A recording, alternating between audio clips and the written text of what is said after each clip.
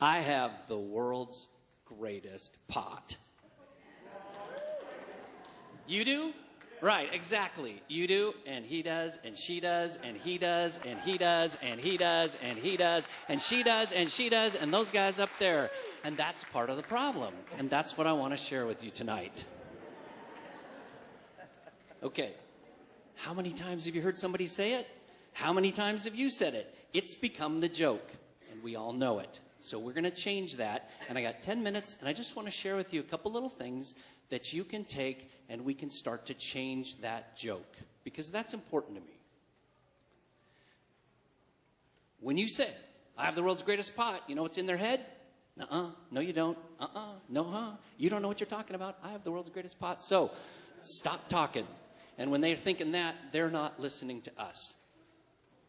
But that phrase comes from a place where you are telling everyone that you're proud. You put your heart and soul into this business. You have worked tirelessly. You have done everything you can. And the reason you say it is because you know it and you believe it, and it's absolutely true.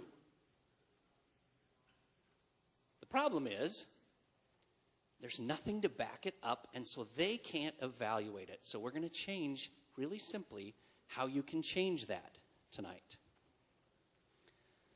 And we're going to talk a little bit about that, but I'll tell you, it would be better for you to say nothing at all rather than being giggled at. So, stop talking. Now, what I want to do is I want to change your perspective. And I want to tell you a story from my life that helps to illustrate that. And this story I call my Marty junior high story. And here's what happened. When I was in junior high, I didn't have any confidence. I was having a tough time. And man, there's a lot to learn when you're in junior high. It's a lot like being a brand new product in a brand new industry. Sound familiar? There's a lot of things to figure out, and nobody's helping you. And here's part of the problem, because in junior high, we call it middle school now, and it's that place where they were spending untold amounts of dollars to tell me about the evils of cannabis. In junior high, I was this tall. I weighed 135 pounds. I had pimples on my face. I had a squeaky voice. I had size 12 feet. And I didn't know what I was doing, and I was scared to death, and my confidence was not there. So I thought, okay, what can I do? You know what I can do? I know how to talk. I'm really good at that. So I'm going to start talking.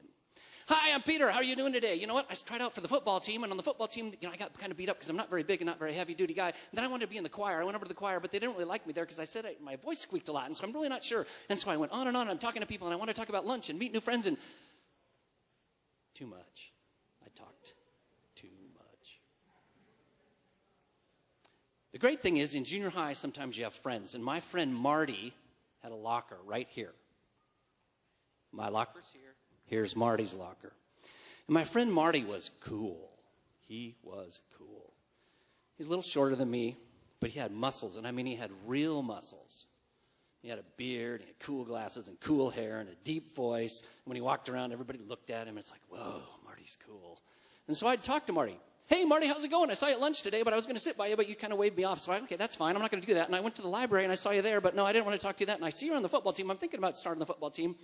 He slammed his locker. He turned to me, and he said, I'm going to help you out. You would be way cooler if you just stopped talking. So I did. I stopped talking. But it was really hard. So what I did is I thought, okay, well, what can I do here? I want to be cool. I want to learn. I started asking questions. And then I kept my mouth shut. And I'd ask a few questions. I'd ask a few more questions. And I began to get some information. So I'd ask some more questions. And pretty soon I started putting together this puzzle. And you know what happened? My coolness factor went up. That's really great. And the other thing that I learned that was really important is that girls like guys who listen. So, we know We need to stop talking. Let's look at this. Your passion for your products makes it so you're ready to tell people. You want them to know the good news. You want to get it out there. You've loved it. It's their turn to love it and to pass it on. The problem is, unless you've got enough information behind it, they don't know how to make a decision. So you've got to have a plan to do that. And what we're going to do tonight is give you a little plan and a tool. And it's really simple. The tool's connected to the end of your arm. It's your hand. Hold up your hand, make the peace sign. Some of you want to do that along with me. Hold up your hand, make the peace sign. Okay. Here we have the peace sign. It also is the number 2 sign. 1, 2. So, number 1, think about the first thing, the absolute best thing that your company does better than anyone else's. Number 1. You got it? It's right there. And the second thing that your company does better than anyone else. And now we're going to throw that up to the universe. In just a second, when I do this, I want you to yell it out really loud. Okay, what's the number 1 thing you do better than anybody else? All right, I like that. I'm going to come see you. And what's the number 2 thing you do better than anybody else? He's got a theme. See, he's on the right track. Okay. So with that, we have these 2 things that we do better than anything else. We've given them up to the universe. We've acknowledged them, and now we're going to work with those. So here's what you're going to do. You are going to start this process of stop talking, start asking questions, and listen. Now, in our company, the 2 things we do better, we think, are service and convenience. So, stop talking, ask questions, and listen. When you get in front of a customer, you need to find out what they need. So, when you show up, what I want you to do is have questions ready. You're not going to walk in and say, I got the world's greatest pot. You're going to walk in with questions ready. You're going to smile, and you're going to start asking questions. Ask those questions. What do you need? Where are you going? How are things going? How are you moving ahead in your process? What kind of plans do you have for 3, 6, and 12 months? And write them down, because you will not remember those answers 3 days from now. You're busy. You're very busy, and that's a great thing. Write those down. Then take those questions and say, what do we do that would help solve one of these problems? What do we do if we can't solve that problem?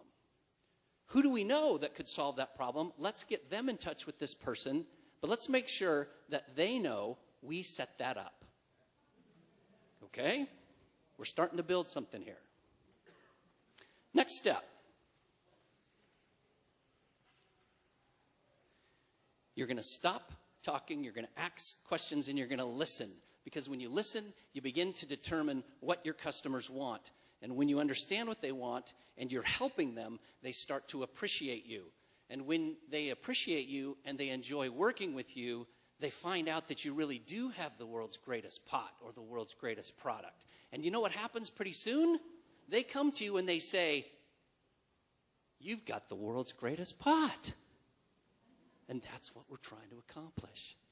So with that, what I want you to do, look at how you can help your customers. When they're loving you and when they've told you you have the world's greatest pot, pull out this documentary video collection device and say to them, would you be willing to say I have the world's greatest pot on here, on camera? And when they do, tell everybody else. Or an Instagram post, tell everybody else. Because you know the rules of our world. If they say it's the world's greatest pot, then that's the truth. So there we go.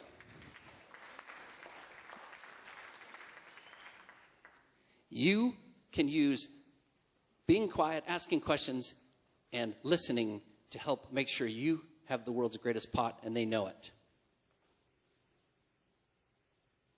So, next time, when you're standing in front of a customer and you're there with questions and you're ready to listen, remember Marty's words. I'm going to help you out.